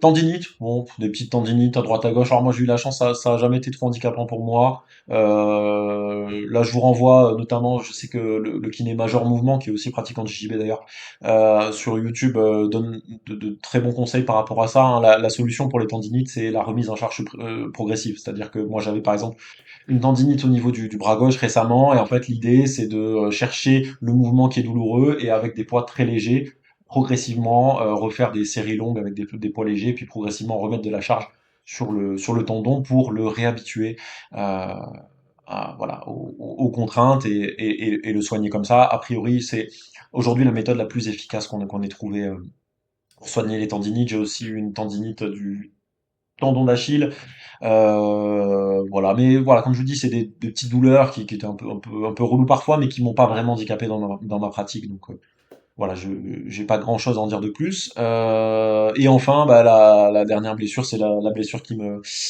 concerne en ce moment, et c'est une bursite à mon autre genou droit. Et bon, pour les mêmes raisons que la bursite au genou gauche, je m'étendrai pas là-dessus parce que voilà, je pense que voilà, c'est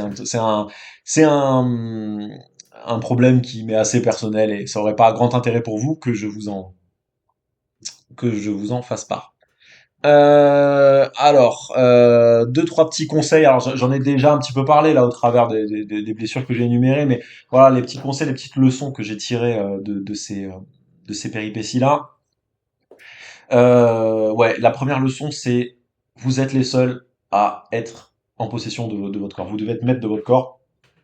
C'est le kiné spécialiste des sports de combat que j'ai entendu dire ça une fois, François Maubert, qui parlait justement des blessures au croisé au niveau du genou. Il dit vous devez être maître de votre genou. C'est moi, si je devais donner une image, en fait, c'est quand vous allez consulter un médecin spécialiste et tout, dites-vous bien que il a peut-être 50% de la solution, mais vous avez les 50 autres pourcents. D'accord? Personne n'est à votre place dans votre corps. C'est vous qui ressentez, c'est vous qui connaissez votre corps. Moi, après 13 ans de pratique intensive du JB et tout, j'ai acquis une connaissance de mon corps euh, qui me permet d'avoir des éléments que le médecin n'aura pas à l'esprit. Et ça ne veut pas dire que je vais pas l'écouter, ça veut dire que je vais juste mettre en relation les informations qu'il va me donner avec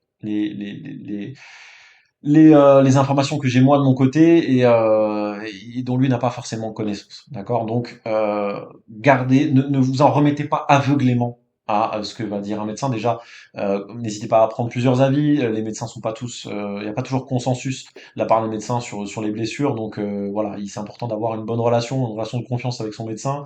Euh, voilà, moi je sais qu'il y a des médecins, des professionnels auxquels je fais appel. Si lui me dit là il faut opérer par exemple ou machin ou quoi, je vais l'écouter parce que vraiment c'est quelqu'un en qui j'ai confiance, voilà, qui m'a donné raison de lui faire confiance et tout. Et voilà, là je vais vraiment euh, donner une grande importance à son avis. Mais quand c'est un médecin que je connais pas, qui est pas sportif, qui connaît pas ma pratique et tout, etc., je vais garder du recul par rapport à ce qu'il me dit, voilà. Parce que je me dis qu'il n'a pas toutes les infos en main. D'accord? Donc voilà, donc ouais, gardez à l'esprit que vous êtes responsable de votre guérison. Hein, personne ne peut faire les choses à votre place. Donc bien sûr, il faut s'en remettre au temps, au repos et tout, etc.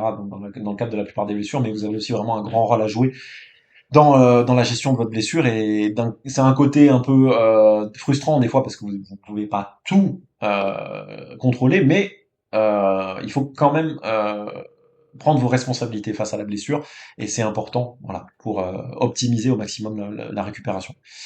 Voilà, je vous dirais également, conseil, voilà, c'est du vécu.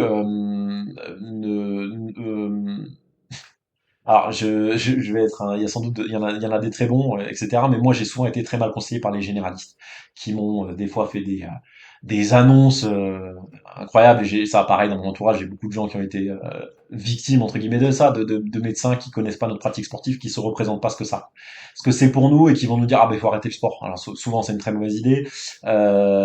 Définitivement, hein, j'entends, moi, on m'a dit ça à 27 ans quand j'ai eu mes problèmes de nuque, et c'était la plus grosse connerie qu'on m'ait jamais dite. Donc ne paniquez pas si un médecin vous dit ça. Voilà, vous allez trouver certainement un autre médecin qui va vous dire tout le contraire. Et puis il y a de plus en plus, voilà, de kinés, de gens très intéressants qui abondent dans ce sens. Donc voilà, prenez avec des pincettes les avis qu'on vous donne, ne paniquez pas, et essayez au maximum de vous rapprocher de spécialistes. Si vous avez un problème à une articulation, voilà, prenez avec des pincettes ce que va vous dire le généraliste. Hein, il va vous donner des infos très générales. Voilà, fiez-vous beaucoup à ce que va vous dire l'orthopédiste, par exemple. Donc voilà, rapprochez-vous vraiment des spécialistes, et c'est vraiment à eux auxquels il faut vous fier quand vous avez une blessure. Et, euh, et essayez au maximum, alors je pense beaucoup aux kinés quand je parle de ça, de vous rapprocher si possible, de professionnels qui sont sportifs, comme vous, et si possible, qui pratiquent le JJB. Parce que voilà, ils vont avoir vraiment une connaissance et une vision beaucoup plus claire en fait du problème et des contraintes auxquelles vous allez être confrontés. Ils savent ce que c'est, tout, etc. Ils vont beaucoup mieux vous comprendre, donc ça va être beaucoup plus facile d'avoir un rapport de confiance avec eux. Voilà, moi, c'est ce que j'ai tiré comme enseignement voilà, de mes aventures médicales. Conseil numéro 2, faites vos propres recherches. Alors, encore une fois, hein, ne vous prenez pas pour un médecin ou pour Dieu, hein, faites ça humblement, mais moi je me suis toujours, dès que j'ai eu un problème, je me suis toujours extrêmement documenté. Voilà, j'ai éculé toutes les études médicales à tel point que je suis devenu vraiment, il y a sur les blessures que j'ai subies, j'ai vraiment acquis beaucoup de connaissances anatomiques et tout, etc., médicales, sur tous les traitements qui existent, des fois, même, enfin, souvent, les médecins, quand ils m'ont reçu dans leur cabinet, ils étaient surpris. Ils disaient, ah, mais vraiment, vous connaissez bien le problème, on voit que vous êtes vraiment bien documenté. Parce que c'est important pour moi de comprendre en fait ce qui m'arrive, de comprendre le mécanisme. Plus vous allez comprendre la blessure, alors chez moi ça vire des fois un peu à l'obsession, c'est pas toujours très sain, mais plus vous allez comprendre ce qui vous arrive, déjà ça va vous rassurer, ça va vous permettre de vous soigner efficacement, ça va vous permettre de faire les bons choix. Donc je pense que c'est très très important au maximum de vous documenter, n'ayez pas peur de voilà d'aller faire vos recherches, de demander voilà, conseil, alors, hiérarchiser un petit peu hein, les infos. Voilà, c'est bon, on entend aussi beaucoup de conneries quand on se blesse. Il y a un mec qui a eu une blessure au genou qui a rien à voir avec la mode, qui veut dire ah ouais mais moi j'ai eu ça et tout, etc. Et bon, c'est pas du tout pertinent. Donc hiérarchisez les infos, mais vraiment documentez-vous. Et encore une fois, voilà, prenez vos responsabilités par rapport à la blessure et cherchez vraiment à comprendre votre blessure pour savoir ce qui l'a déclenché, ce qui l'entretient, ce qui l'a fait perdurer, ce qui la ravive, et comment on peut inverser le processus. Et puis voilà, dernier conseil un petit peu général, un petit peu cucu, mais c'est vrai, gardez espoir, gardez la foi en vos capacités de guérison, c'est important vraiment le fait d'être dans de bonnes dispositions psychologiques pour favoriser votre guérison. Bien, on va passer à la troisième et avant-dernière partie, puisqu'il y aura aussi les questions à la fin.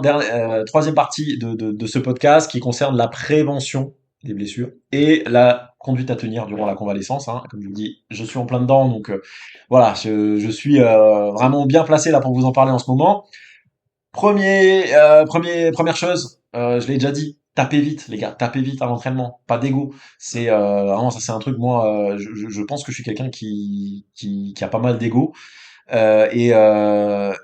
vraiment, voilà, ça m'a calmé. J'ai appris à mettre mon ego de côté.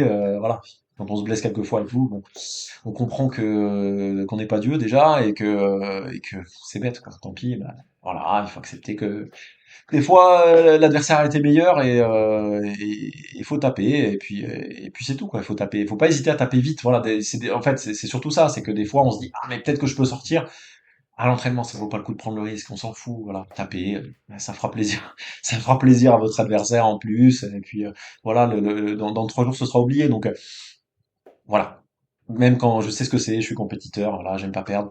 Mais tapez, les gars, tapez, franchement, c'est très important. Je reviens à ce que je disais par rapport aux phases de lutte. Alors méfiez-vous particulièrement des phases de lutte quand vous tournez. Voilà, on le sait maintenant statistiquement, c'est les phases dans lesquelles on se blesse le plus.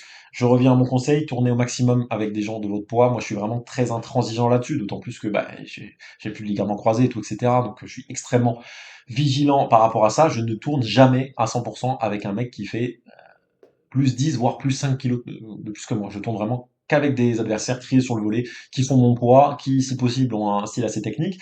Alors, je ne renonce pas pour autant à faire de la lutte, d'accord? Je me suis mis d'ailleurs à faire plus de lutte que je n'en ai jamais fait depuis que j'ai toutes mes blessures, d'accord? Euh, Justement, je pense que c'est une très mauvaise attitude, et on y reviendra pendant les questions, je crois qu'il y a une question qui porte un peu là-dessus, de fuir en fait complètement un compartiment à risque. Je pense qu'il faut continuer et au contraire élargir, repousser toujours vos peurs et élargir votre zone de confort pour vous préserver des blessures. C'est pas une bonne chose de faire complètement l'impasse sur un domaine de jeu parce que peut-être qu'un jour vous y allez être confronté malgré vous et ce jour-là vous aurez vraiment aucune arme pour vous défendre. Donc continuez à pratiquer tous les domaines de jeu, y compris ceux qui vous font peur, ceux qui sont à risque, mais allez-y progressivement, intelligemment, graduellement avec des gens de votre poids, avec des gens intelligents, en faisant du travail à thème peut-être, en faisant de la technique au début si vous avez peur, mais ne mettez pas ça complètement de côté. Si vous avez vraiment peur de lutter à fond et tout, comme je vous dis, bah, au début faites juste du drill. Voilà, vous entraînez un petit peu, puis vous allez prendre un petit peu confiance. Et puis voilà, vous allez vous autoriser que quelques techniques, vous vous dites, bah voilà, tiens, avec tel adversaire, je sais qu'il est pas trop bourrin et tout, je vais pouvoir faire un peu de lutte avec lui. Donc quand je suis avec lui, bah au début du combat, j'essaie de rester un petit peu debout. Voilà, là je vous parle vraiment en connaissance de cause, hein, c'est exactement ce que je fais moi. Et ben voilà, l'air de rien, petit à petit je progresse et j'ai de moins en moins peur. Vous savez, à moi, j'ai très peur en lutte, hein, c'est le domaine de jeu qui me fait le plus peur par rapport à mes genoux. Et j'avais fait un stage avec Mako il y a quelques temps, l'année dernière, avec des judokas, et c'était marrant parce que j'étais en binôme avec une judokate qui se remettait également d'une blessure au croisé, et c'est super marrant parce que elle avait pas du tout peur debout parce que c'était un domaine qu'elle maîtrisait complètement, et elle avait en revanche très peur de faire du sol. Alors que moi, c'est tout l'inverse. Quand je suis au sol, malgré mon croisé, vraiment, je me sens en sécurité, il n'y a pas de problème, parce que je suis en maîtrise. Voilà, j'ai vraiment une bonne idée d'à peu près toutes les situations qui peuvent m'arriver, et voilà, je panique pas. Et alors que debout, bah, je suis perdu, j'ai pas les réflexes et tout, etc. Et c'est surtout ça, en fait, qui me rend craintif. Donc, la meilleure solution de pallier à ça, c'est d'y aller progressivement, se forcer un petit peu, voilà, de repousser sa peur progressivement. Donc, c'est vraiment, je pense vraiment que voilà, vos compétences jouent un grand rôle là-dedans et il faut continuer, malgré la peur, voilà, toujours essayer d'élargir au maximum ses compétences et sa zone de confort. Par rapport à ça. Deuxième thème, alors c'est un poncif, hein, mais hygiène de vie irréprochable. Alors tant au niveau de la prévention que au niveau de la récupération, de la convalescence. Le sommeil, on sait déjà que il y a une grande partie des processus de cicatrisation, de régénération du corps qui interviennent pendant la nuit. Donc le fait de bien dormir, c'est très important. En plus de ça, si vous dormez pas assez, vous allez être moins lucide et c'est souvent dans ces circonstances-là qu'apparaissent les blessures. Donc le sommeil, très important. La nutrition, moi la nutrition, je suis à bloc dessus là en ce moment, hein, vraiment. Alors dans le cadre de la convalescence, il y a un truc qui peut être important. Outre le fait déjà de maintenir un apport important en protéines pour préserver votre masse musculaire, pour favoriser la cicatrisation, moi je baisse mes calories parce que déjà du point de vue physique et psychologique, je sais que je m'entraîne moins, donc bah, si je consomme la même quantité de nourriture, de calories que pendant les périodes où je m'entraîne 2 fois par jour, ben je vais grossir hein, simplement et donc ça risque de miner mon moral, ça voilà, ça va me rajouter des choses à faire quand je vais revenir et tout, etc. Donc je préfère voilà baisser mon apport calorique, mon corps en a moins besoin, donc je sélectionne des aliments de qualité, je baisse un petit peu mes calories, je maintiens un fort apport en protéines pour maintenir ma masse musculaire et rester le plus sec possible. Voilà, manger des fruits et légumes, aller chercher du côté des épices. Alors je vais pas vous faire un cours de nutrition, c'est pas ma spécialité. Il y a des gens beaucoup plus il y a des professionnels pour ça. Moi, j'ai pas mal de connaissances sur le sujet parce que je m'y intéresse depuis longtemps et j'ai consulté des professionnels. Mais bon, voilà, c'est pas. Je considère que c'est pas mon rôle, mais en tout cas, la nutrition, vraiment, je pense que c'est un facteur très important. En revanche, c'est pas miracle, d'accord? Ne vous attendez pas à vous remettre miraculeusement d'une blessure. Voilà, des fois, on voit des trucs un petit peu à la limite du mysticisme, quoi, sur Internet, où on a l'impression en consommant du curcuma tous les jours, on va guérir une tendinite, alors que c'est pas aussi simple que ça, d'accord? C'est des choses qui vont aider, c'est nécessaire, mais pas suffisant, si vous voulez, d'accord? Donc, faites-le, mais ne mettez pas tous vos espoirs là-dedans pour guérir. C'est beaucoup plus compliqué que ça. Donc ça concerne la prévention et la convalescence. Euh, voilà, ouais, et au-delà de tous les bienfaits connus, ça va vous permettre aussi, pour moi, il y a un aspect psychologique à ça, c'est que ça va vous permettre d'avoir l'impression d'œuvrer activement pour votre guérison. Je sais pas vous, si vous avez été blessé, moi c'est quelque chose qui est assez important pour moi parce qu'on le sait, une blessure c'est frustrant, ça nous force au repos et tout, et moi je sais que ça me fait du bien d'avoir l'impression de pouvoir agir sur ma blessure. Et de fait, on le peut, dans une certaine mesure. Il y a des données qui sont incompressibles, il y a un temps de cicatrisation, il y a voilà, il faut laisser le temps au temps pour revenir d'une blessure, mais on peut optimiser, on peut vraiment mettre voilà, toutes les chances de son côté pour que la guérison se passe au mieux. Et voilà, moi, je sais que ça me fait du bien, ne serait-ce que pour ça, de bien manger, bien dormir, vraiment. Voilà, je me concentre sur ces facteurs-là et ça me permet vraiment de garder le moral et d'avoir l'impression de vraiment voilà, œuvrer activement pour ma guérison. La préparation physique, très important. Moi, c'est un truc que j'ai mis, voilà, j'y suis venu par moment. J'ai laissé de côté, j'y suis revenu. Et depuis quelques années, notamment depuis mon croisé, c'est devenu maintenant une hygiène de vie. La préparation physique, je pense que c'est particulièrement à passer 30 ans que ça devient vraiment très important, surtout quand on s'entraîne très régulièrement. Je me rappelle que Luisa Montero, une athlète ceinture noire de top niveau, hein, plusieurs fois championne du monde, était venue donner un stage à la MK et qu'elle avait tiré les mêmes conclusions que moi. Hein. Pour elle, passer 30 ans, elle fait de la prépa, je crois 2, 3 fois par semaine, avec des exercices assez simples, mais voilà, pour elle, vraiment, elle ressent un bienfait vis-à-vis de la prévention blessure et je partage son avis. Hein, voilà, avoir une bonne masse musculaire, c'est une armure hein, vraiment qui protège voilà, vos structures articulaires, les tendons, et tout, etc., qui vous renforce et qui vous préserve grandement des blessures. Donc, je pense que, euh, alors du point de vue de la pure progression, je pense surtout au début, si vous devez privilégier un entraînement par rapport à un autre, évidemment, vaut mieux faire plus de JJB, enfin, que du JJB, que de la prépa physique. Surtout si vous êtes jeune, vous progresserez plus vite comme ça, selon moi. Par contre, voilà, quand vous avez déjà un peu d'expérience et tout, et passé 30 ans, comme je le dis, incorporer 2 à 3 séances de prépa physique, ça peut vraiment avoir une plus-value, ça va vous ajouter en plus de la prévention blessure, hein, ça peut en plus activement participer à votre performance, hein, vous allez être plus fort, plus endurant, etc. Moi je sens vraiment des bienfaits au-delà de la prévention blessure, mais voilà, ça peut vraiment être un plus à ce niveau-là. Euh, Ouais, alors plus par rapport à la convalescence, ce que vous pouvez faire pour tirer avantage de la blessure, c'est regarder beaucoup de contenu. JJB, la blessure, c'est vraiment l'occasion pour moi de prendre beaucoup de recul par rapport à sa pratique. Moi, j'en ressens beaucoup de bienfaits. Là, j'ai vraiment l'impression de progresser en ce moment, alors que ça fait plus d'un mois que je suis à l'arrêt, parce que en fait, tout me paraît clair. En fait, je regarde les choses avec beaucoup plus de distance. Je suis pas constamment épuisé. Je suis beaucoup moins euh, engagé émotionnellement dans la pratique. Donc, en fait, ça me permet d'avoir un point de vue beaucoup plus rationnel par rapport aux différentes problématiques de l'entraînement. Et vraiment, j'ai cette impression de lucidité par rapport au JJB quand je regarde des vidéos techniques, quand je regarde des combats ou quand j'envisage mes futures compétitions, tout me paraît beaucoup plus clair. Et je pense que c'est pas une illusion, d'accord? Je pense vraiment qu'il y a, il y a quelque chose de positif qui intervient à ce moment-là, donc bah, tant mieux, hein. Profitons-en de toute façon, vu que les blessures font partie du processus, voilà, ça fait partie du jeu, ça fait partie de la vie d'un athlète.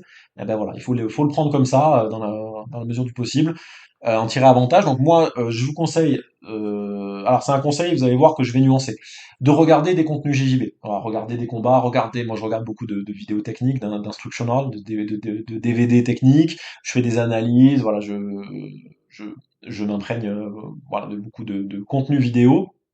Je fais un petit peu de visualisation à cette occasion-là. Par exemple, quand je regarde une technique vraiment brièvement, je vais essayer de me visualiser en train de la faire, mais je sais qu'on parle beaucoup de la visualisation pour les blessures. Moi, personnellement, je trouve ça chiant. J'aurais pas la foi de me faire une séance d'une demi-heure où je vais m'imaginer en train de répéter les techniques et tout. J'ai pas cette motivation-là. Donc voilà, je vous laisse vous renseigner là-dessus si ça vous intéresse. Mais moi, la visualisation, j'en fais pas. Mis à part, voilà, très légèrement, je vous dis comme ça, quand je regarde des vidéos et tout, j'essaie de me visualiser en train de faire le mouvement. Et c'est vraiment efficace, hein, parce que je me rappelle que j'avais appris à faire la Matrix comme ça, quand j'étais blessé dans mon lit à l'époque où j'étais au Japon. J'avais regardé beaucoup de vidéos de Lankaker et je m'étais visualisé en train de faire la Matrix.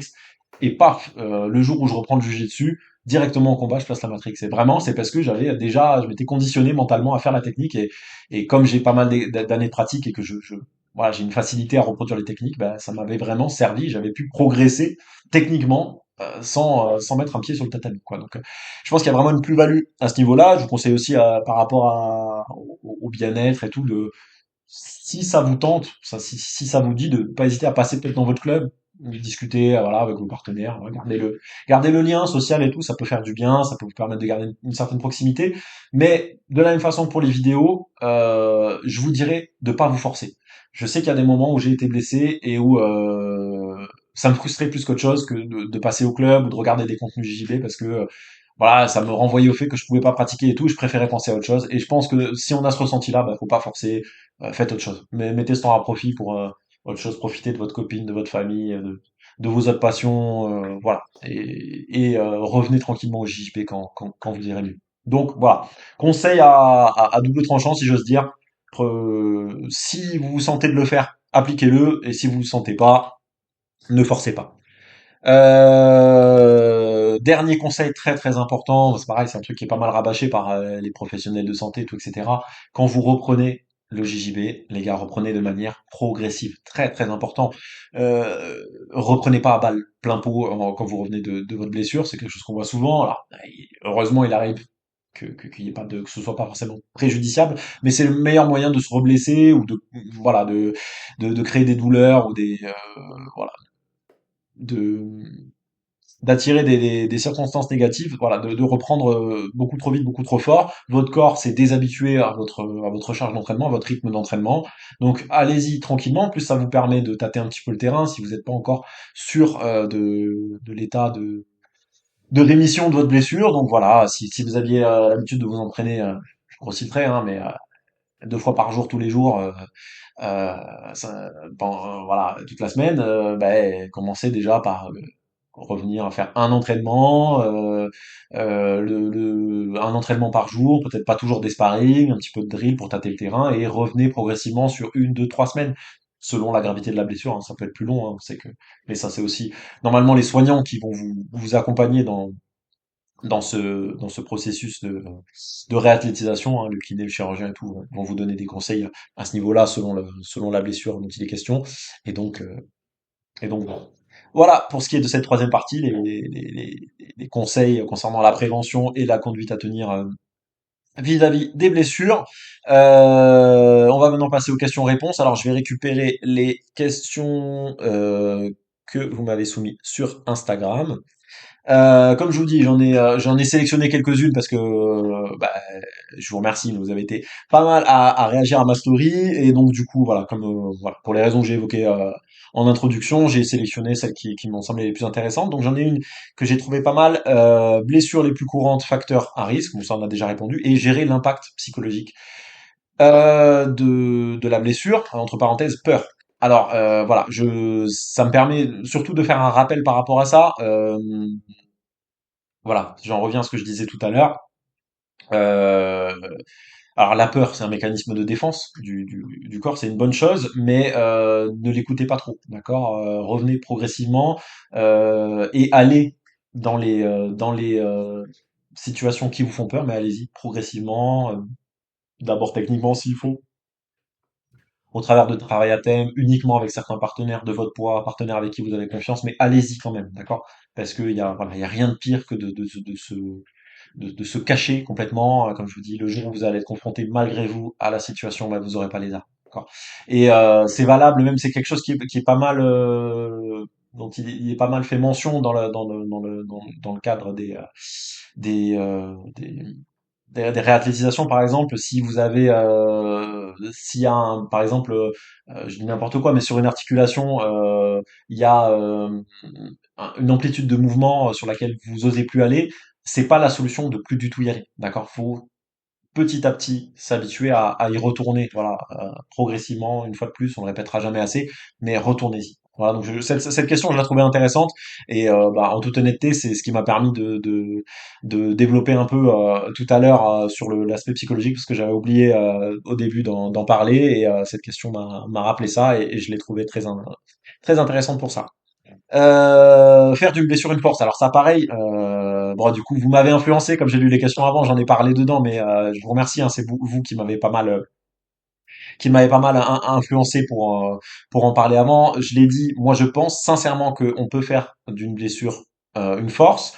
Pour les raisons que j'ai évoquées en termes de recul, voilà, si voilà, le fait de vous tenir éloigné des tatamis, ça va vous forcer à envisager les choses sous un autre angle, de façon plus posée, moins crispée, moins émotionnelle. À tête reposée, donc ça vraiment ça peut avoir un intérêt à ce niveau-là. Moi j'ai vraiment eu le sentiment de progresser, comme je disais techniquement, à des périodes où j'étais éloigné du tatami parce que j'ai continué à m'abreuver de contenu technique et dans des périodes où je m'entraîne 2 fois par jour, quand je rentre chez moi, ben, des fois je stagne un peu techniquement parce que je m'entraîne tellement que quand je sors du tapis, j'ai plus envie de voir des trucs qui ont rapport avec le JJB, j'ai envie de mater un film, j'ai envie de lire un bouquin, j'ai envie de faire autre chose. Donc voilà, je fais plus ce travail-là et la blessure, ben, par la frustration peut-être qui en découle un petit peu, ça me renvoie à ça et je trouve que ça a un impact très positif à ce niveau-là. Et je dirais également que dans le cadre où on pourrait reprendre un petit peu l'entraînement, pas complètement, mais qu'on pourrait faire un petit peu de travail à thème et tout, ben, ça peut nous inviter à aller vers des techniques qu'on fait pas habituellement, parce qu'on reste toujours sur son A-game, d'accord, sur le jeu qu'on maîtrise le plus. Mais comme là, la blessure nous empêche d'utiliser ce jeu-là, ben, on va être contraint en fait de faire des choses qu'on fait pas habituellement, de travailler différemment, et ça peut être évidemment une très bonne opportunité de progresser techniquement. Donc très bonne question également. S'entraîner blessé ou attendre d'être guéri avant, compétiteur et loisir, bon bah ça, tout va dépendre évidemment. Il y a moi là, en l'occurrence, je peux pas plier la jambe, je vais pas m'entraîner, je vais pas aller sur un tapis, ça a aucun sens. Il faut évidemment respecter les délais prescrits par les médecins. Pour votre sécurité, il faut revenir progressivement. Après, il y a s'entraîner. Si vous pouvez, moi, je vous conseille de maintenir. Et ça, on le sait, ça a vraiment une plus-value sur le plan hormonal pour maintenir votre masse musculaire, pour favoriser la guérison, etc. Maintenir une activité physique, par exemple, moi je suis blessé au genou, je continue à faire le haut du corps, d'accord, des pompes, des tractions, je vais à la salle et tout, etc. J'ai pas arrêté pendant ma convalescence de continuer à m'entraîner, pas en JJB évidemment, mais voilà, je maintiens déjà, ça me permet de garder le rythme, ça me permet de continuer à voilà avoir l'impression de progresser, à garder le moral, à maintenir ma masse musculaire et hormonalement, comme je vous le dis, hein, c'est prouvé que ça a vraiment des effets positifs sur la guérison. Donc voilà, s'entraîner oui, pas n'importe comment et en respectant les délais prescrits par le médecin. Et puis pour la compétition, évidemment, voilà, c'est ça, ça n'intervient qu'après une bonne convalescence, voilà, être bien revenu à l'entraînement, être revenu à 100%. Évidemment, tout dépend de la blessure, hein. Il y a des blessures qui sont mineures et qui peuvent nous permettre de quand même faire de la compète malgré elle, mais bon, selon la gravité de la blessure, hein, il faut parfois s'arrêter.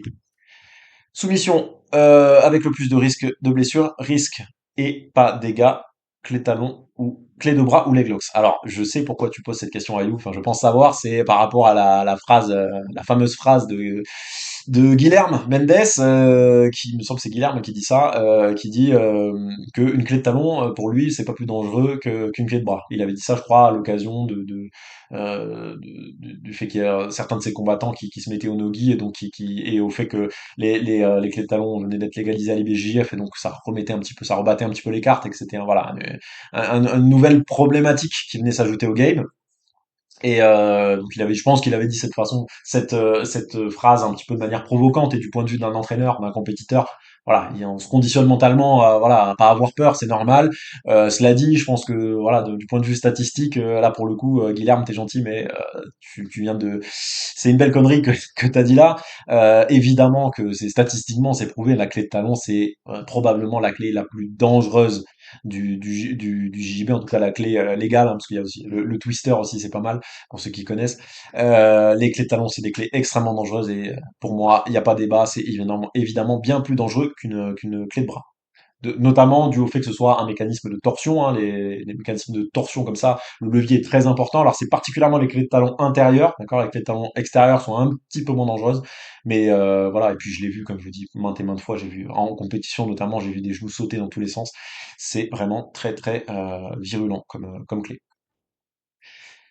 Est-ce que tu gères ton poids en compétition par rapport à la possible gestion de blessures? Alors ça, pareil, c'est très très intéressant comme question. Je te remercie de me l'avoir posé, Tidza, parce que c'est vraiment moi une réflexion que je me suis faite au début de la saison dernière quand j'ai combattu en ceinture noire adulte sur les tournois majeurs, donc le plus haut niveau de la discipline, et donc j'ai envisagé à des fins stratégiques de descendre de KT, chose que j'ai pas fait depuis presque 10 ans maintenant. Et puis, c'est vraiment une question que je me suis posée parce que qui dit descente de KT dit forcément, dans mon cas, je suis assez sec, perdre en masse musculaire. Et donc, qui dit perdre en masse musculaire dit fragiliser un petit peu le corps. Et je pense que effectivement, c'est une question qui se pose. Moi, je pense que même si, bon, c'est pas parce que vous allez faire un petit régime que vous allez forcément vous blesser en compétition, mais que voilà, sur des grosses pertes de poids et tout, je pense vraiment que ça a un effet délétère par rapport au risque de blessure. Et moi, bon, outre, c'est pas la seule raison qui m'a décidé, hein, je pense que voilà, psychologiquement, et pour plein de raisons, je me sens beaucoup mieux dans ma catégorie de poids actuelle, mais par rapport aux blessures, je pense qu'effectivement, le choix de la catégorie de poids a son importance et il faut, pour moi, choisir la caté où on est quand même une caté où on se sent bien musculairement, physiquement, et que ça favorise vraiment enfin, que ça nous prémunit des blessures. Les ceintures blanches qui font n'importe quoi et qui respectent rien en randonnée. Alors ça, la solution, elle est simple, hein, pour moi, les ceintures blanches, faudrait les brûler, tout simplement. Non, bien sûr, blague à part. Ça, c'est un vrai problème, hein. Moi, j'avoue que moi-même, en tant que prof, et ça me gêne un peu de l'admettre, mais je suis très prudent hein, avec les ceintures blanches. Je tourne pas tant que ça avec les ceintures blanches. Je les sélectionne, évidemment. C'est un petit peu de mon devoir de tourner avec les ceintures blanches quand je peux. Bon, pas sur les courses ceintures blanches à la MK parce que trop de monde et je préfère les surveiller, mais dans la mesure du possible, je le fais, mais j'observe un petit peu avant. Voilà, et puis faut pas hésiter à les recadrer un peu. Pas tous, hein, heureusement. Il y a des gens il y a des ceintures blanches qui sont intelligentes, qui sont très, très, qui ont déjà une approche assez technique, même s'ils n'ont pas encore forcément le bagage, et c'est très bien. Des ceintures blanches avec qui il est agréable de tourner, mais c'est vrai que bah, on est plus sujet quand on est ceinture blanche à pallier le manque de technique par de la force et on peut être amené à faire n'importe quoi et c'est un vrai fléau, c'est un vrai problème, oui, effectivement les ceintures blanches, c'est un facteur de risque pour les blessures, donc voilà, sélectionnez vos partenaires, n'hésitez pas à les recadrer, à leur donner des conseils, et puis euh, et puis voilà quoi. Malheureusement, on est obligé de gérer au mieux, on est bien obligé de leur apprendre. Mais cela dit, hein, il n'y a pas que les ceintures blanches. Moi, je connais des ceintures noires qui blessent beaucoup, hein. Donc voilà, c'est pas que les ceintures blanches, et encore une fois, il y a des ceintures blanches qui sont des gens très bien, si j'ose dire.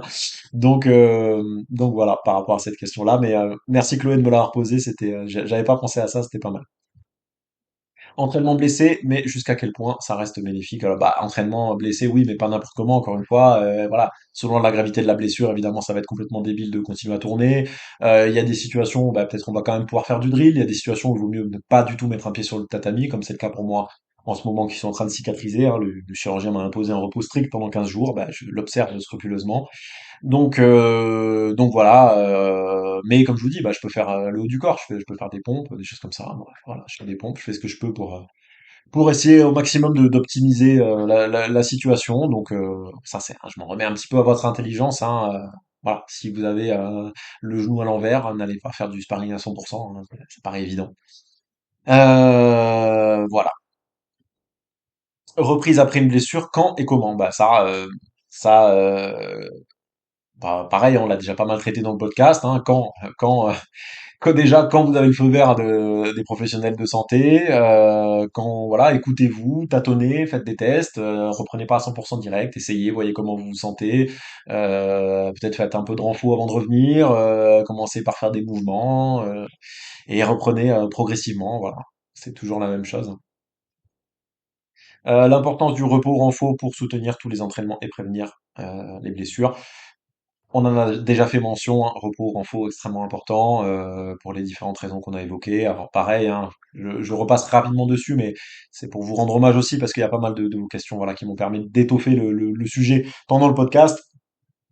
Donc, euh, donc je vous cite pour vous remercier.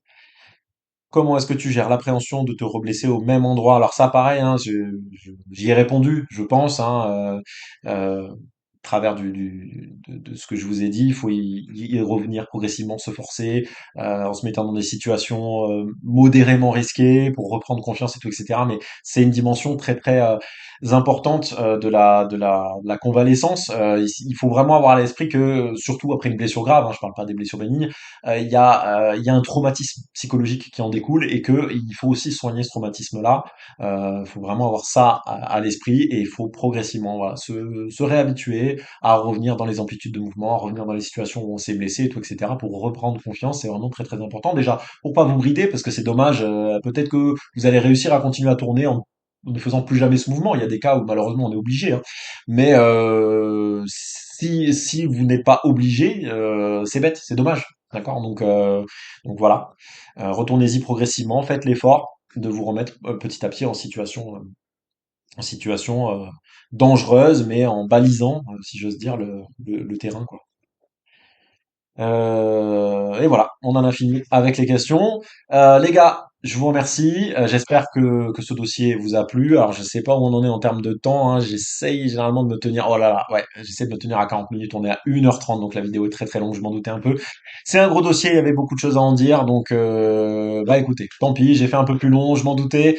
J'essaierai de revenir à un format un peu plus court la prochaine fois. Bon, toujours est-il que j'espère que ce podcast vous sera utile. N'hésitez pas, une fois de plus, à me faire part de votre expérience, de vos commentaires dans les commentaires en dessous. Vous pouvez également m'envoyer des messages sur Instagram. Je vous mettrai en bas de la vidéo sur PlaniplaBJJ. N'oubliez pas de laisser un like sur la vidéo, de vous abonner, d'actionner la cloche pour voilà, essayer au maximum de me donner de la visibilité. Ça permet de récompenser mon travail et je vous en suis infiniment reconnaissant.